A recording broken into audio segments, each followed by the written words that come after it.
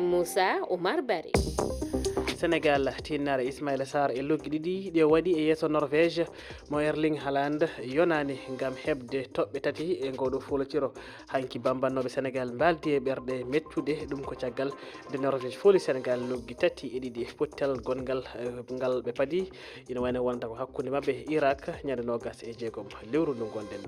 nottiniraɓe konuji mawɗi tawino e mabɓe mawɗo konum koɓe goomu CEDEAO yettima hanki to Guinée Bissau fandare mo jillu ko wadde yurreta golle laamu fadde ngu e nder ɗum hanki ɓe jiidi e hoorejo ngunɗon laamu fadde ngu holɗum saldu hana joƴƴinede gam yuɓɓinde sumgoji e nder leydi Côte d'Ivoire ko namdal ngal ardiɓe etoto jabade lebbi seeɗa caggal nde saldu tammi noon woteji ndu huusa hanki mawɗo jagorɗo hono Robert Beukhay Mambe holliti e ɓoɗo hesere e yeeso dawriyankoɓe landaji leydi ndi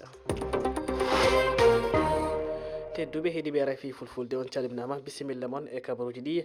loggi tati e ɗiɗi ko ɗum woni jaltude pottel hakkude Sénégal e Norvège ko ngal pottel watti laabi ɗiɗi ko Sénégal ina foole e ngoɗo folotiro windereyankewo ina wayno Pape Thiaw andini mette makko e ndi jaltude kono homo jogui ɗaminare e pottel hakkude Sénégal e Irak e nde aljumare iminaɗo RFI fulfulde Oumar Mamadou Sow ina arta e ngal ɗo pottel sikki fo ala ngu polgu ngu Norvège heeɓi e dow Sénégal woni ni metteri e betteri kippu Sénégal o guila e fijoɓe ɓe ha e eltaw o saabu noon caggal nde France folnoɓe yakare mabɓe wonno kayke hebde polgu gam ɗaminade yaade e dawal sappo e jeegoɓal timmodi on a débuté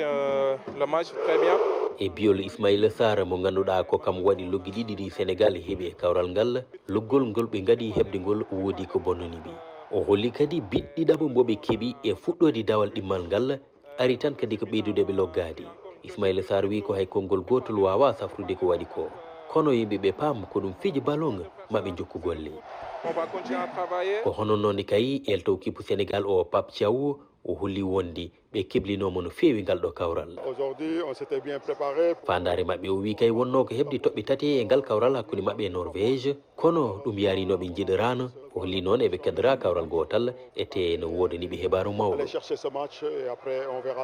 Sénégal ina heddora kawral muɗum tataɓal ñande aljumare arore 26 nduɗo lewru hakkude muɗum e Irak koto Toronto leydi Canada ngal jogori fijeede kawral ngal ganduɗa ɓiltade ene weɓata nde tawno ko ma bituji kewana mbiyen loggi nde leydi Sénégal wawa ɗaminade yaade sappo jeegoɓal timmodi Oumar Mamadou Sow New Jersey dowlaji dendude Amérique RFI ngal pocital Sénégal hakkude mabɓe e Irak wonata ko ñande aljumare 26 lewru ndu gonɗen ko wonata ɗum to Mauritanie fodde capanɗe 4 niyankoɓe Sénégal naaɓe ene coka e dumbirdu guila e lewru tata ɓuuro hitande ujunnaje ɗiɗi e 25 ko kabaru mo hoorejo fedde Horizon sans frontiére nantini e biyol o gardiɗo nde fedde ɓe ɗanniyankoɓe nanga koye saaha nde laamu ngu wonno e wadde golle gam hamade ɗalle toon to Nouadhibou nokkuɗo ɓe pawa junggo ene wayno ɗum caggal ɗum ɓe gadda toon to Nouakchott lamorde leydi Mauritanie